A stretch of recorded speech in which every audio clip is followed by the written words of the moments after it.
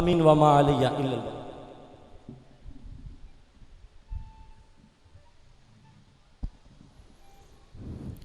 عزیزان گرامی، یہ خطاب فرما رہے تھے ملک پاکستان کے نامور خطیب مجاہد ملت حضرت علامہ مولانا قاری محمد شفیق احمد چشتی صاحب زیدہ مجدہ۔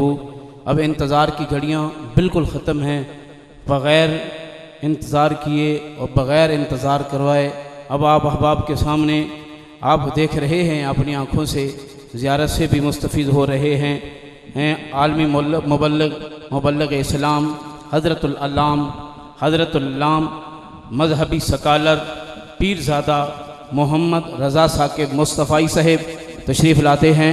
ذرا نعروں کی گونج میں جواب دیجئے ہاتھوں کو لہرا کر، تاکہ علامہ محمد رضا ثاقب مصطفی صاحب گجرانوالے سے تشریف لائے ہیں، پتہ چلے کہ اڈا کوارٹر کے اور ارد گرد کے جو شاکان مصطفیٰ غلامان مصطفیٰ ہیں وہ آپ کا خطاب سننے کے لیے تیار ہیں۔ آپ جب نعرہ تکبیر لگانا ہے ایک ہاتھ کو بلند کریں، نعرہ رسالت پر دونوں ہاتھوں کو بلند کر کے جواب دینا ہے نعرہ تکبیر، ذرا ہاتھوں کو لہرا کر نعرہ تکبیر، نعرہ رسالت، نعرہ رسالت، نعرہ حیدری، غلام ہے غلام ہے، غلام یہ رسول میں، غلام یہ رسول میں، جو ہو نہ عشق مصطفیٰ، جو ہو نہ عشق مصطفیٰ۔ آپ احباب کے سامنے تشریف لاتے ہیں خطیب عرب و عجم حضرت العلام مجاہد ملت جناب قاری علامہ پیرزادہ محمد رضا ثاقب مصطفی صاحب۔ قاری سردار احمد شاکر اور مولانا محمد اسحاق مدنی صاحب سے ملتمس ہوں کہ وہ سٹیج پر تشریف لے آئیں۔ الحمدللہ رب العالمین والعاقبۃ للمتقین والصلاۃ والسلام علی سید الانبیاء والمرسلین۔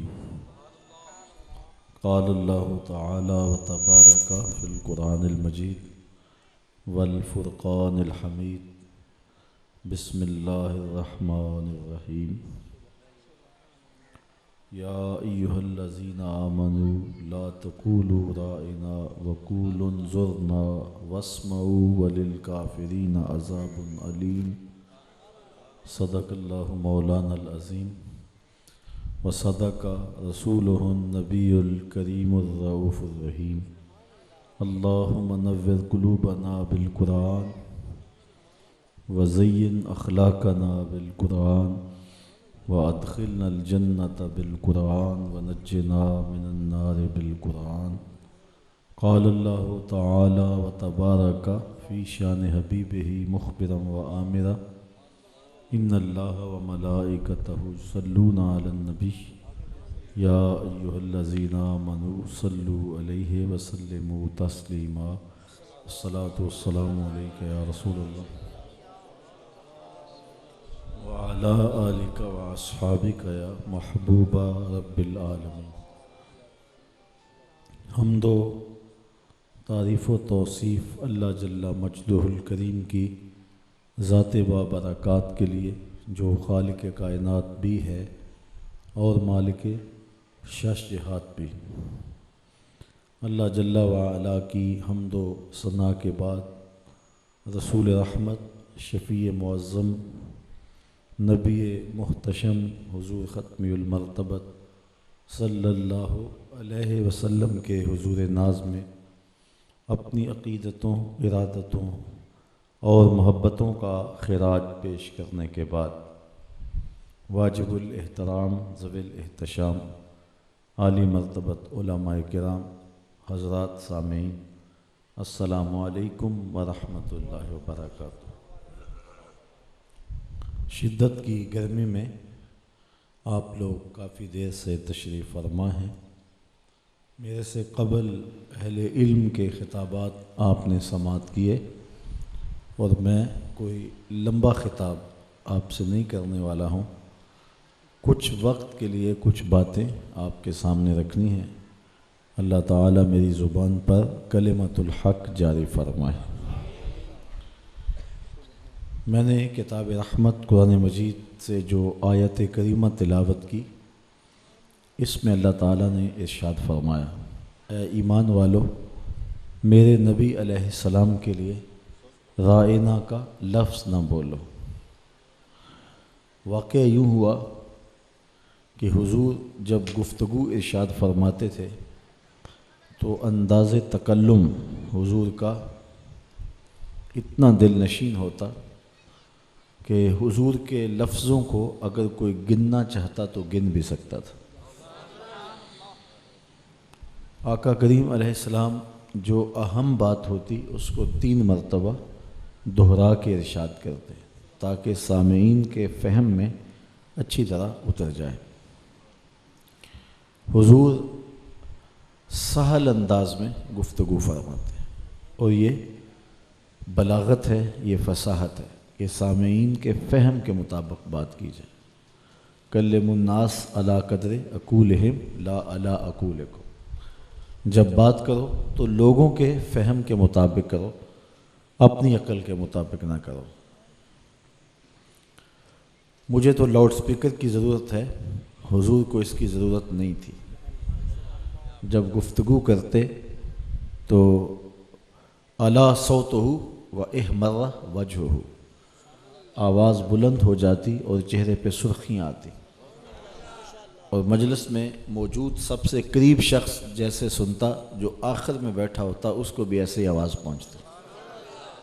حجۃ الوداع کے موقع پہ 1,44,000 کا اجتماع تھا اور میلوں پر لوگ پھیلے ہوئے تھے، اور حضور گفتگو فرما رہے تھے، سب کے کانوں تک بات پہنچ رہی تھی۔ اور پھر حضور جب گفتگو ارشاد کرتے تو انداز شستہ تھا، بات تکرار کے ساتھ فرماتے ہیں، آواز بلند ہوتی، سامعین کے فہم کے مطابق بات کرتے،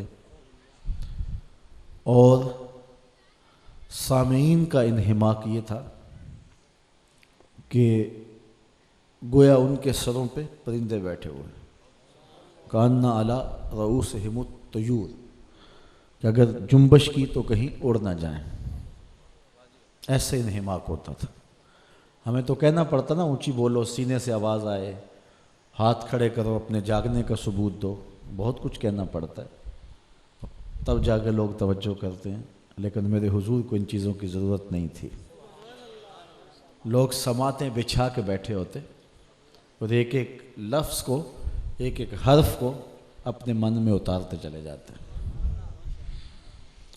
اب سنانے والے کا انداز یہ ہے اور سننے والے کا انہماک یہ ہو تو کوئی بات رہ سکتی ہے جو فہم میں نہ اترے؟ اور اس کے باوجود حضور لمبا خطاب نہیں کرتے تھے۔ حضور خطاب بہت لمبا فرمانے کی عادت نہیں رکھتے تھے۔ حضرت جابر بن سمرہ رضی اللہ تعالیٰ عنہ فرماتے ہیں، کنت اصلی مع رسول اللہ صلی اللہ علیہ وسلم فکانت صلاتہ قصدا و خطبتہ قصدا، میں حضور کے پیچھے نماز پڑھا کرتا تھا، حضور کی نماز بھی زیادہ لمبی نہیں ہوتی تھی، حضور کا خطبہ بھی زیادہ لمبا نہیں ہوتا تھا، مناسب خطبہ ارشاد فرماتے ہیں۔ یہ ہمارے خطبات ہو مجمع کو مصیبت میں ڈال دیتے ہیں کہ 3 گھنٹے خطاب ہی نہیں چھوڑتے، اور لوگ گھڑیاں دیکھ رہے ہوتے ہیں تو کہتے ہیں ہاں میری گھڑی آپ سے قیمتی ہے۔ وہ سمجھ نہیں ہوتے کہ لوگ بے چین ہیں، بے تاب ہیں۔ تو یہ حکمت کے منافی ہوتا ہے کہ آپ اتنا لمبا خطاب کریں کہ لوگ اکتا جائیں اور بے چین ہو جائیں اور اٹھ کے جانے لگ جائیں۔ جامع گفتگو حضور کرنے کی عادت رکھتے تھے۔ کبھی کبھار کسی خاص حکمت کے تحت کلام کو طوالت دی تو وہ ایک امر آخر ہے، اور اگر کوئی خطیب دینا چاہے تو وہ خاص حکمت کے تحت خاص موقع پہ ہو سکتا ہے، لیکن جو عمومی انداز ہے خطاب کا وہ یہی ہے کہ خطبہ لمبا نہ ہو کہ لوگ جان چھڑاتے پھریں۔ ہمارے جمعات المبارک اجتماع میں بھی یہی ہوا ہے کہ خطبہ نے 1.25 گھنٹہ تقریریں کی، اور لوگ اس انتظار میں ہوتے ہیں کہ خطیب ختم کرنے پہ کب پہنچے گا تاکہ اس وقت جائیں، کم سے کم خطاب سننا پڑے۔ یہ شرمندگی کی بات ہے کہ لوگ سننا نہ چاہیں۔ اور لوگ وقت بچا کے پہنچیں اور ہم پھر آخری بات کو بھی اتنا لمبا کر دیں کہ اب لوگ کیا کریں گے، اب تو نہیں بھاگ سکتے، اب تو آ گئے۔ تو حضور کا خطبہ بھی لمبا نہیں ہوتا تھا، حضور صلی اللہ علیہ وسلم کی نماز بھی زیادہ لمبی نہیں ہوتی تھی۔ تنہا نماز اگر آپ پڑھیں تو اس میں آپ طوالت دے سکتے ہیں، لیکن جب جماعت کروا رہے ہیں تو اس وقت بوڑھوں کا اور بچوں کا خیال رکھنا ہوتا ہے۔ تو اب یہ کیفیت تھی حضور کے انداز تکلم کی، اور سننے والوں کا یہ انہماک تھا۔ کوئی بات ہو نہیں سکتا کہ فہم میں نہ اترے، لیکن اس کے باوجود بھی کسی خارجی سبب سے کسی کو کسی بات کی تفصیل چاہیے، وضاحت چاہیے، تو وہ ادب سے کھڑا ہو کے عرض کرتا، رائنا یا رسول اللہ صلی اللہ علیہ وسلم، حضور ہماری رعایت کیجئے۔ تو آقا کریم علیہ السلام اس کو ارشاد فرماتے، دوبارہ ارشاد کر دیتے، ناراض نہ ہوتے کہ ابھی میں نے اتنی تفصیل سے کہا ہے اور ایک بات کو دہرا کے 3 مرتبہ کہا ہے اور تم پھر پوچھ رہے ہو۔ حضور فرماتے، میں نہیں بتاؤں گا تو کون بتائے گا؟ اعلیٰ حضرت شیر ربانی میاں شیر محمد شرق پوری کے تذکروں میں آتا ہے کہ میاں صاحب رحمۃ اللہ تعالی علیہ نماز جمعہ سے فارغ ہوئے تو بعد میں لوگ آپ کو مل رہے تھے، تو ایک بوڑھا شخص ملا تو ملتے ملتے رو پڑا۔ تو میاں صاحب فرمانے لگے، بیلیا کی گل ہے؟ اس نے کہا، جی میں لمبا سفر کاٹ کے آیا ہوں آپ کے پیچھے جمعہ پڑھنے کے لیے، لیکن سفر لمبا تھا اور میں بوڑھا تھا، تو منزل جو ہے وہ آتے آتے جمعے کا وقت گزر گیا، تو آپ کا خطبہ نہیں سن سکا، نماز میں شامل ہو گیا ہوں۔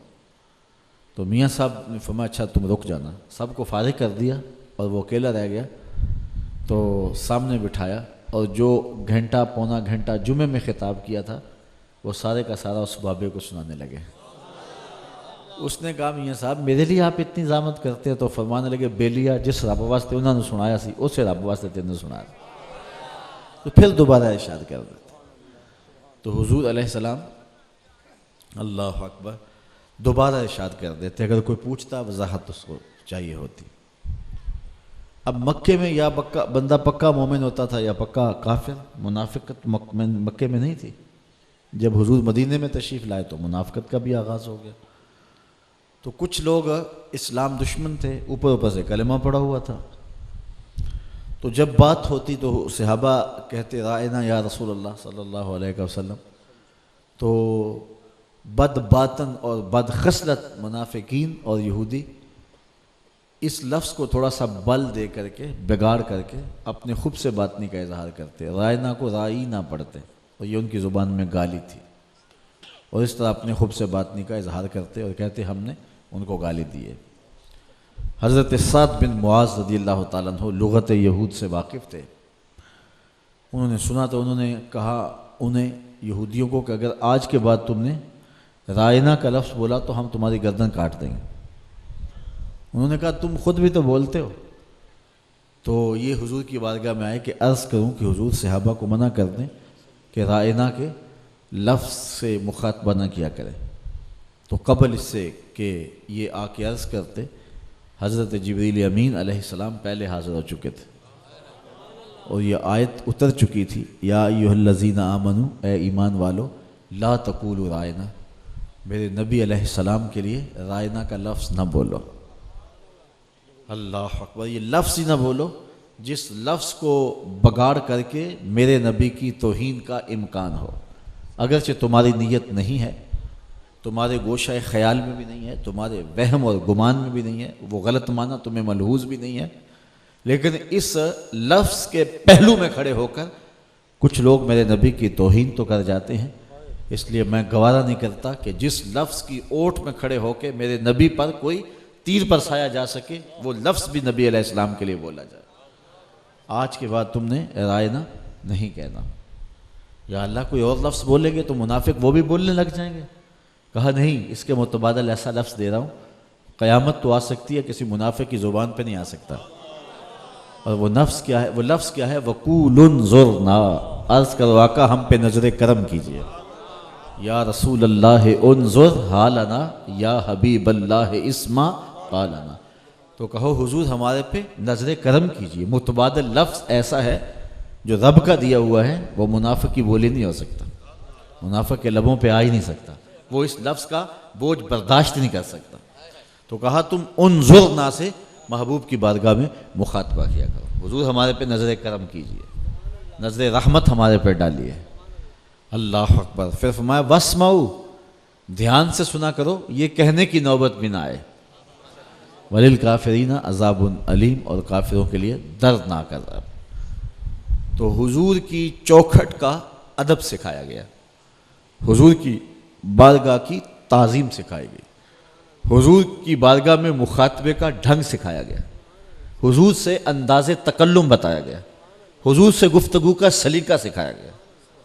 بلکہ فرمایا گیا یا ایھا الذین آمنوا اذا ناجیتم الرسول فقدموا بین یدی نجواکم صدقہ، اے ایمان والو جب میرے نبی سے کوئی سرگوشی کرنا چاہتے ہو، کوئی بات کرنا چاہتے ہو تو ایسے ہی نہ آ جاؤ، اللہ اکبر۔ پھر کیا کرو کہ پہلے صدقہ کرو، گھر جاؤ صدقہ لو، پھر فقیر ڈھونڈو، پھر خیرات کرو، پھر میرے نبی کی چوکھٹ پہ آؤ، تمہیں پتہ چلے کہ کتنی اونچی بارگاہ میں آ رہے ہیں۔ اور یہ آیت اتری، کچھ سیر جو خیرات کر کے حضرت علی المرتضیٰ نے حضور سے 10 باتیں پوچھیں، پھر غریب صحابہ کی غربت کا لحاظ کرتے ہوئے آیت کا حکم اٹھا لیا گیا۔ قرآن کے دامن میں آیت تو موجود ہے لیکن اس کا وجوب اٹھا لیا گیا، استحباب موجود ہے۔ کیوں؟ اس لیے کہ پھر غریب صحابہ تو حضور سے بات ہی نہیں کر سکتے تھے۔ تو میں آپ سے ایک سوال کرتا ہوں، اہل علم ہیں، کہ اللہ کے علم میں نہیں تھا کہ صحابہ غریب ہیں؟ آیت اتارنے کے بعد پتہ چلا کہ صحابہ غریب ہیں۔ تو اللہ کا علم حادث نہیں ہے، حصولی نہیں ہے، بلکہ اس کا تو علم قدیم ہے۔ تو اللہ نے پہلے آیت اتاری اور پھر حکم واپس لے لیا کہ غریب صحابہ کی غربت کا لحاظ ہے۔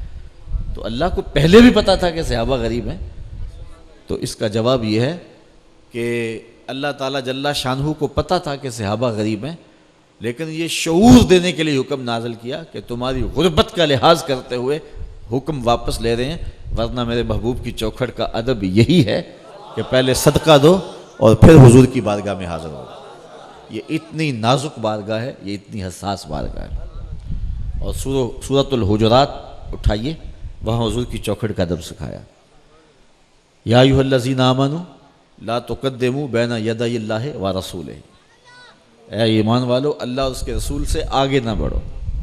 ہوا کیا کہ صحابہ نے قربانیاں پہلے ذبح کر لیں، تو اللہ تعالیٰ نے کہا کہ یہ تمہاری قربانیاں قبول نہیں۔ فرمایا گیا یہ جلدی کا گوشت ہے جو تم کھا تو سکتے ہو، لیکن قربانیاں دوبارہ کرو، اس لیے کہ تم نے میرے نبی سے تقدم اختیار کیا ہے۔ تو وہ عبادت ہی نہیں ہے جو حضور سے بڑھ کر، حضور سے تقدم کر کے کی جائے، کیونکہ عبادت تو حضور کی اتباع کا نام ہے، حضور کی اطاعت کا نام ہے، حضور کی فرما برداری کا نام ہے۔ پھر فرمایا گیا اے ایمان والو میرے نبی کی آواز سے آواز بھی اونچی نہ کرو، لا ترفعوا اصواتکم فوق صوت النبی، نبی کی آواز سے اپنی آواز بھی اونچی نہ کرنا۔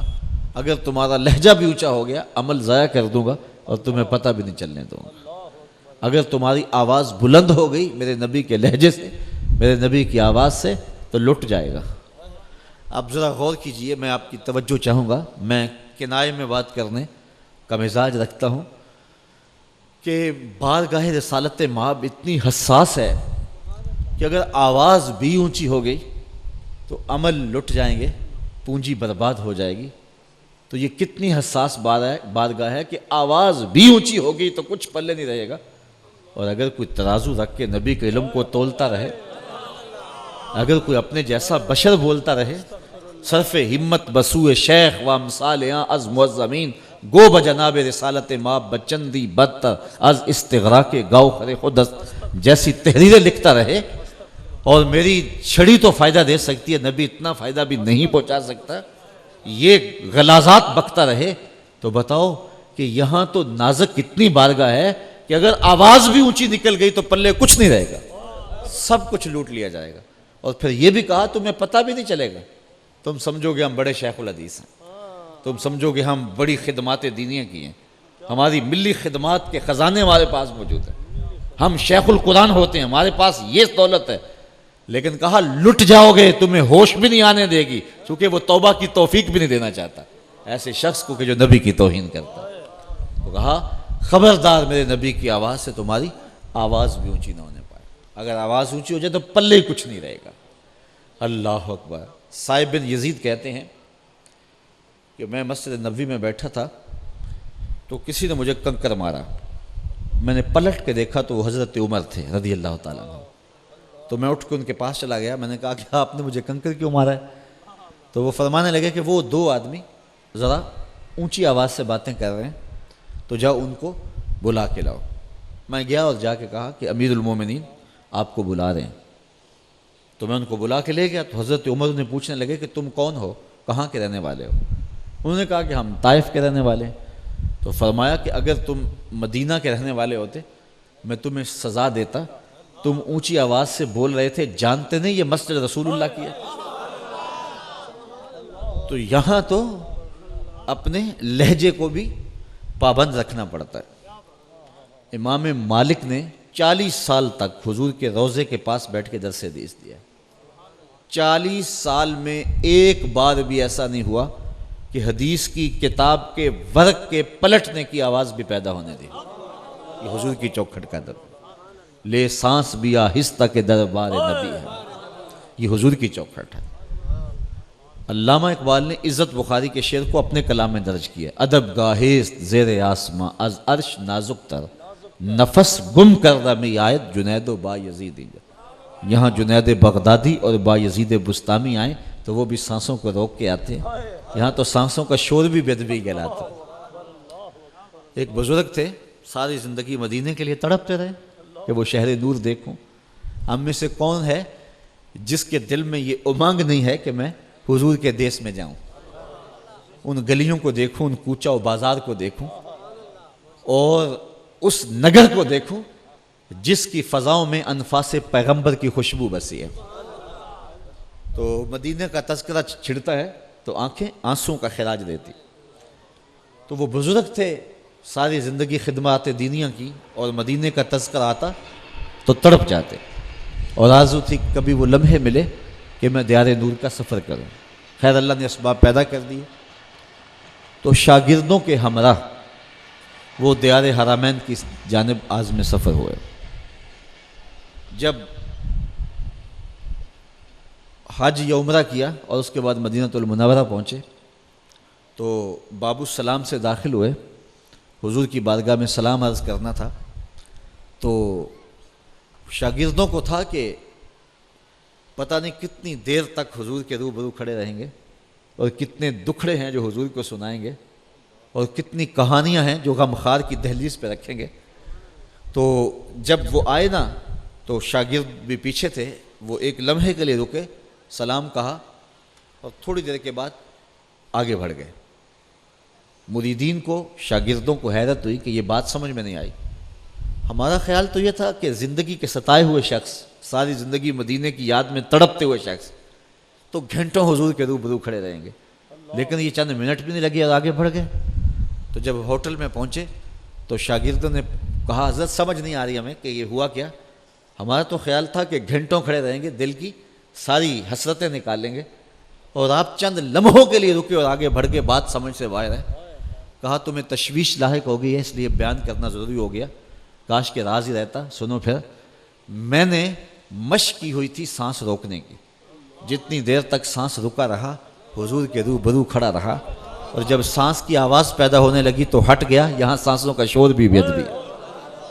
یہ محبت کا لہجہ ہے، یہ انداز ہے پیار کا، محبت والے تو یہ رخ رکھتے ہیں اور یہ انداز رکھتے ہیں۔ آج جس دور سے ہم گزر رہے ہیں، جن لمحات کا ہمیں سامنا ہے، باقاعدہ اذانت رسول کے دن منائے جاتے ہیں، خاک تراشو دعوت دی جاتی ہیں، اور پوری دنیا کے اوپر 56-57 اسلامی ملکوں کے حکمران۔ یہ تو ایک دیہات ہے، میں نے بڑے شہروں میں بھی کہا جہاں ان ایوانوں تک آواز پہنچ سکے کہ ہمارے 56-57 ملکوں کے حکمران بے غیرت ہیں، اور ان کی زندگی کیسے گزرتی ہے کہ رسول اللہ کی اہانت ہو رہی ہے کوچہ و بازار میں، اور دنیا کے اوپر پیغمبر رحمت کی اہانت ہو رہی ہو، اور خاکے تراشنے کی دعوت دی جا رہی ہو اور ہمارے 56-57 اسلامی ملکوں کے حکمران چین کی نیند سو جائیں، تو پھر ہمیں یاد آتے ہیں وہ حکمران، آج ان کا نام باقی ہے۔ میں نے کہا تھا لبیک یا رسول اللہ کانفرنس گجرانوالہ میں نے کہا تھا ان کے نام بھی بعد میں باقی نہیں رہیں گے، لیکن جنہوں نے حضور کی وفا کا پہرا دیا آج ان کی قبریں بھی زندہ ہیں۔ آج دنیا بھول سکتی ہے سلطان صلاح الدین ایوبی کو، لیکن ان کے کارنامے دیکھیں۔ جب ریجینالڈ بدبخت نے حاجیوں کے قافلے کو پکڑا اور کہا کہ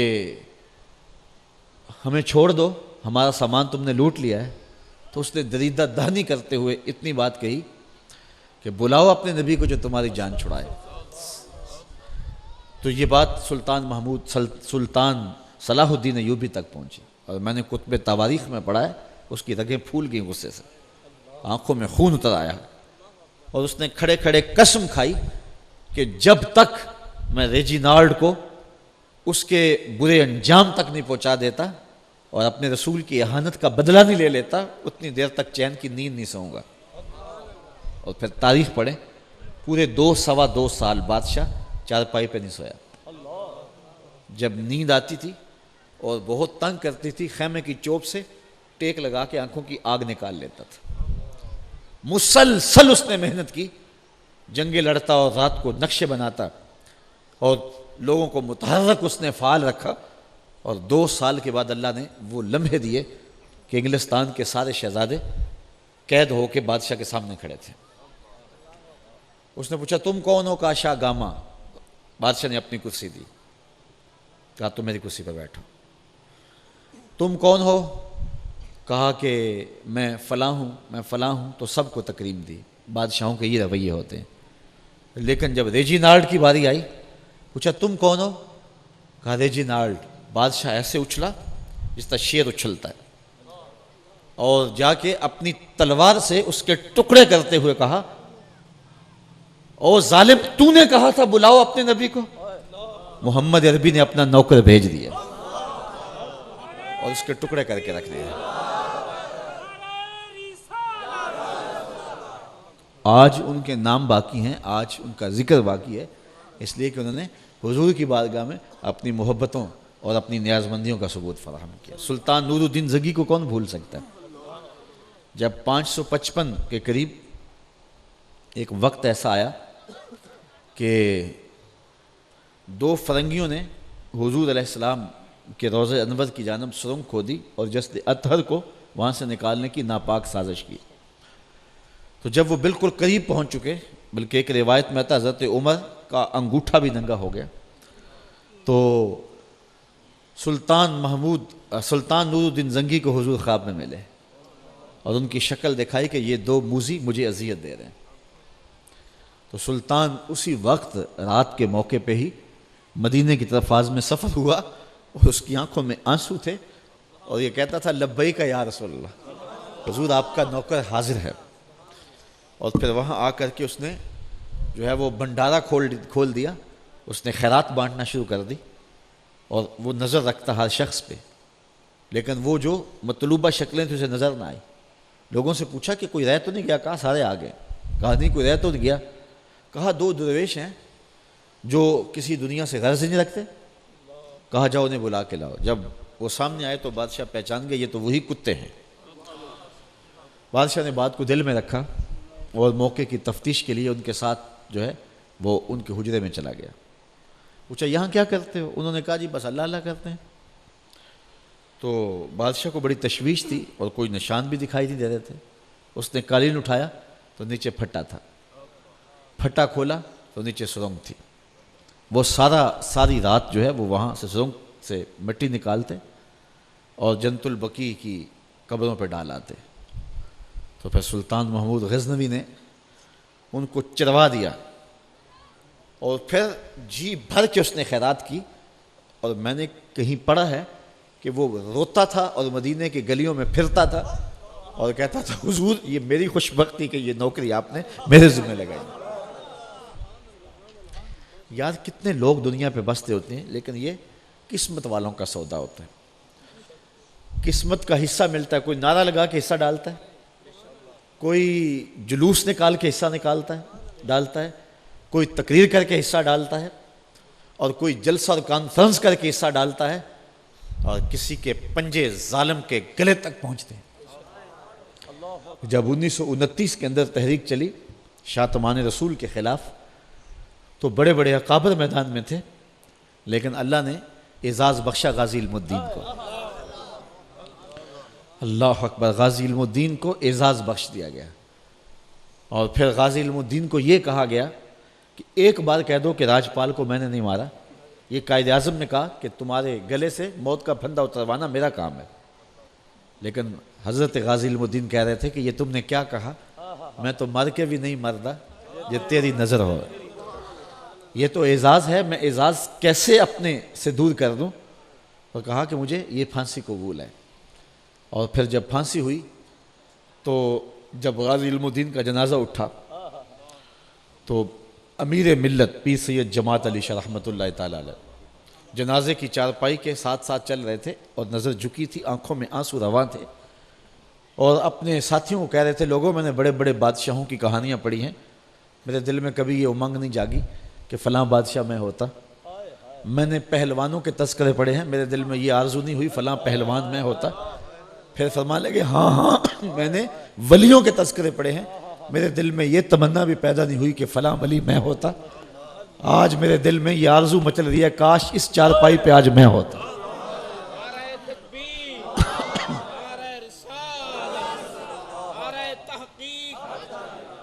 یہ جنت کا شارٹ کٹ راستہ ہے۔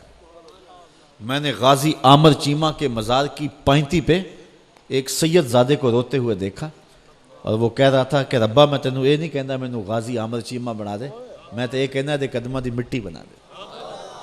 اور آپ تاریخ پڑھے دیں،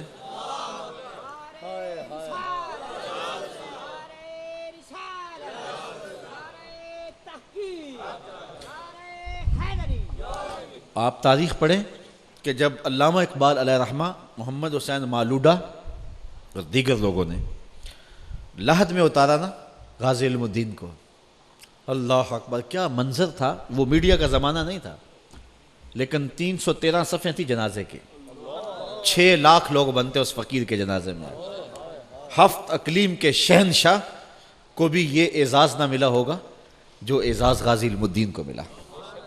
ہم نے بادشاہوں کے جنازوں کی کہانیاں بھی پڑھی ہیں، لیکن تاریخ میں کسی بادشاہ کا بھی اتنا بڑا جنازہ نہیں ہوا جتنا غازی علم الدین فقیر کا ہوا ہے۔ اللہ اکبر، یہ رسول اللہ سے وفا کا نتیجہ ہے۔ اللہ اکبر۔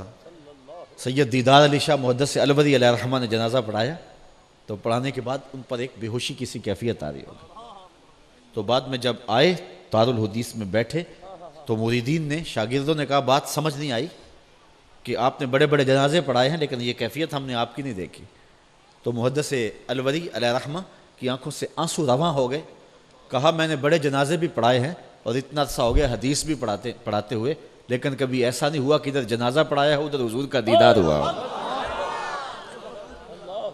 علامہ اقبال نے جب غازی علم الدین کو لحد میں اتارا اور کفن کی تنیاں کھولنے لگے تو اقبال نے ایک تاریخی بات کہی، کہا غازی ہم نے تیرا عہد پورا کر دیا۔ غازی علم الدین نے کہا تھا کہ مجھے لاہور میانی صاحب قبرستان میں دفن کرنا، حکومت نے سازش کی اور وہاں میاں والی میں تدفین کر دی۔ پھر باقاعدہ تحریک چلی اور پھر کئی مہینوں کے بعد تحریک کامیاب ہوئی اور وہاں سے قبر کشائی ہوئی، اور تاریخ بتاتی ہے جب میاں والی کی جیل میں غازی کی قبر کھلی تو پورا میاں والی خوشبوؤں سے مہک اٹھا۔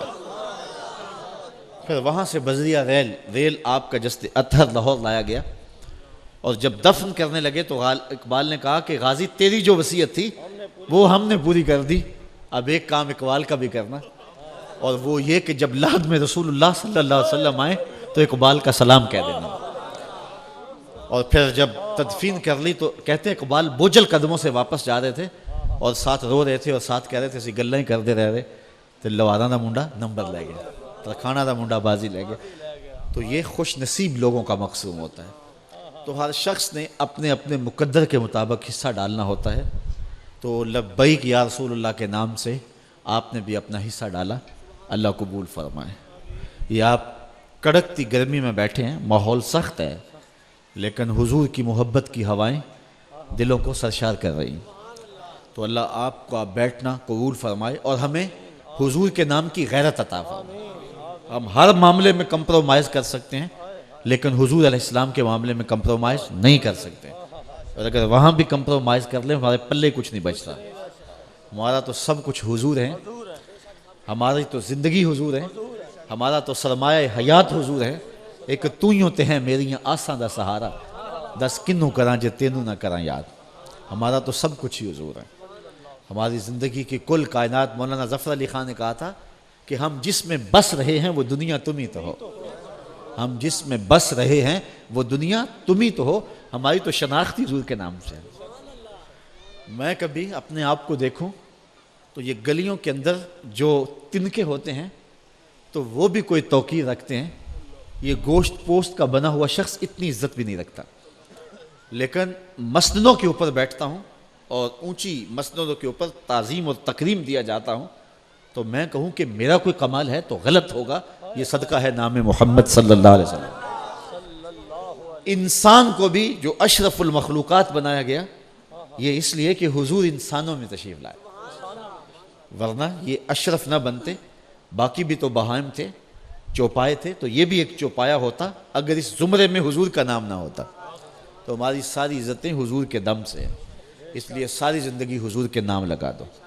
لبیک یا رسول اللہ کا معنی یہ ہے کہ حضور میں آپ کے لیے حاضر ہوں، آپ کی ناموس کے لیے حاضر ہوں، آپ کے دین کے لیے حاضر ہوں، آپ کے پیغام کو دنیا کے کونے کونے تک پہنچانے کے لیے حاضر ہوں، آپ کے سینے پہ اترنے والی کتاب کو پوری دنیا تک پہنچانے کے لیے حاضر ہوں، اور آپ کے دین پر مشکل بنتی ہے تو میری زندگی کی ایک ایک سانس آپ کے نام وقف ہے، اور میں سب کچھ اور اپنے بچے بھی تیرے نام پہ محبوب قربان کر دوں گا۔ اور صحابہ تو بات ہی یوں کرتے تھے، فدا کا امی و ابی یا رسول اللہ، لبیکا و سعدیکا یا رسول اللہ۔ ان کا تو لہجہ یہ تھا، اور وہ زبان سے نہیں تھا بلکہ روح سے تھا، اور انہوں نے محبتوں کا جو انداز اختیار کیا تاریخ کبھی بھول نہیں سکتی ہے۔ وہ کیوں؟ حافظ شیرازی کہتا ہے اپنے محبوب کو کہ میرے جیسا زمانے میں محب کوئی نہیں ہے جس طرح میں ہوں، پھر کہتا ہے اس لیے کہ تیرے جیسا محبوب بھی تو کوئی نہیں ہے۔ تو حسن میں جتنی کشش ہوگی عشق میں اتنی ہی گرمی ہوگی۔ تو آج عشاق رسول کے جذبے، میں کہتا ہوں آپ کے جذبوں سے لوگ ڈرے ہیں، یہ آپ کے جذبے ہیں جس نے جو ہے وہ حالات کے رخ بدلے ہیں، ورنہ لوگ کھا جائیں آپ کو۔ یہ عشق رسول کے جذبے ہیں جو اس امت کو کھڑے کیے ہوئے ہیں، اور جب تک امت میں عشق رسول کا چراغاں موجود ہے، روح موجود ہے، اس امت کو کوئی دبا نہیں سکتا۔ مشکلیں تو آ سکتی ہیں، قوموں پہ آتی بھی رہتی ہیں، لیکن یہ امت جو ہے وہ ختم نہیں ہونے والی ہے، اس لیے کہ ان کے سینے میں حضور علیہ السلام کی محبت کا چراغ روشن ہے۔ ہر وہ شخص، ہر وہ گروہ، اور ہر وہ وجود، اور ہر وہ فرقہ، اور ہر وہ چینل، اور ہر وہ حکومت جو حضور کے عشق کو سینوں سے کم کرنے کی سازش کرتی ہے تو وہ ہماری دشمن ہے، اور ہمارا اس سے مقابلہ ہے، اور ہم نے ساری زندگی حضور کے نام کا جھنڈا اٹھانا ہے۔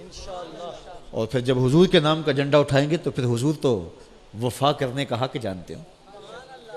یہ سویر سے لے کر شام تک میں رہتا ہوں سڑکوں پہ ہی، تو بعض گاڑیوں کے پیچھے بڑے عجیب و غریب جملے لکھے ہوتے ہیں، تو کچھ تو جملے تڑپا دیتے ہیں، کچھ بے چین کر دیتے ہیں، کچھ دکھی کر دیتے ہیں، کچھ شرمسار بھی کرتے ہیں۔ یہ وہ جو ڈرائیور بیٹھا ہوتا ہے اس کے نفسیات کا نچوڑ ہوتا ہے۔ اور کچھ جملے ایسے ہوتے ہیں کہ ہنسی نہیں تھمتی۔ ایک جملہ لکھا ہوتا ہے گاڑیوں کے پیچھے، صنم بے وفا۔ تو میں اپنے دوستوں کو اشارہ کرتا ہوں، دیکھو کیا لکھا ہے۔ میں نے کہا کہ اب رو رہا ہے، تحریری احتجاج کر رہا ہے، جس سے اس نے محبت کی اس نے بے وفائی کر دی ہوگی، اور اب یہ احتجاج کر رہا ہے کہ صنم بے وفا ہے۔ تو میں نے کہا میاں تم نے پیار ہی اس سے جوڑا جس نے بے وفائی کی، اور آج روتے پھرتے ہو کہ صنم بے وفا۔ میں نے کہا آؤ چوکھٹ میں تمہیں بتاتا ہوں، وہ ہاتھ پکڑتے ہیں تو حشر میں بھی نہیں چھوڑتے، وہ وفا نبھانے کی ریت جانتے ہیں۔ علامہ اقبال کا سارا فلسفہ نچوڑو تو جو رس نکلتا ہے نا، جوس نکلتا ہے۔ پورے اقبال کے فلسفے کا اگر آپ مجھے کہیں کہ ہمیں جوس نکال کے دیں تو جو رس نکلتا ہے وہ یہ ہے کہ محمد سے وفا تو نے تو ہم تیرے ہیں، یہ جہاں چیز ہے کیا لوح و قلم تیرے۔ اقبال کہتا ہے حضور سے وفا کرو پھر لو بھی تمہارے ہاتھ میں پکڑا دیں گے، اور قلم بھی تمہیں ہی دے دیں گے، پھر جو چاہو گے خود ہی لکھ لینا، پھر تمہاری تقدیر کے فیصلے واشنگٹن میں نہیں ہوں گے، بلکہ خدا بندے سے خود پوچھے گا بتا تیری رضا کیا ہے، لیکن شرط ہے کہ وفا کا رشتہ حضور سے مستحکم کر دو۔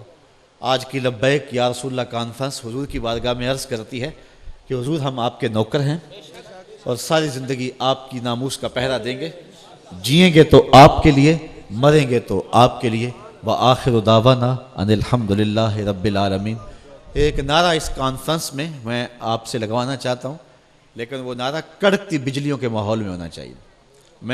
ہمارے جو خطبہ ہوتے ہیں آدھی تقریر خود کرتے ہیں، آدھی مجمع کرتا ہے، میں ساری خود ہی کرتا ہوں، لیکن ایک نعرہ میرے ساتھ اس کا جواب دے دیجئے۔ لیکن جب اللہ اکبر کہہ رہے ہوں تو اس وقت ہر ظلم، ہر جبر، ہر فرعون، ہر حامان اور ہر امریکہ اور ہر دشمن پاؤں تلے روند رہے ہوں اور کہہ رہے ہو اللہ سب سے بڑا ہے، اور جب کہہ رہے ہوں یا رسول اللہ تو جولی پھیلا کے حضور کی چوکھٹ سے خیرات مانگ رہے ہیں۔ تو آئیے ایک نعرہ بلند کرتے ہیں، نعرہ تکبیر۔ اللہ آپ کے جذبوں کو سلامت رکھے۔ یہ باہری گرمی نہیں ہے، آپ کے سینے میں بھی عشق رسول کی گرمی ہے۔ نعرہ رسالت، نعرہ رسالت، نعرہ تحقیق، نعرہ حیدری، اہل سنت والجماعت کی محمد سے وفا تو نے تو ہم تیرے ہیں، یہ جہاں چیز ہے کیا لوح و قلم تیرے ہیں، وآخر دعوانا ان الحمدللہ رب العالمین۔ سلام بحضور خیر، ہم ذرا اجازت چاہیں گے۔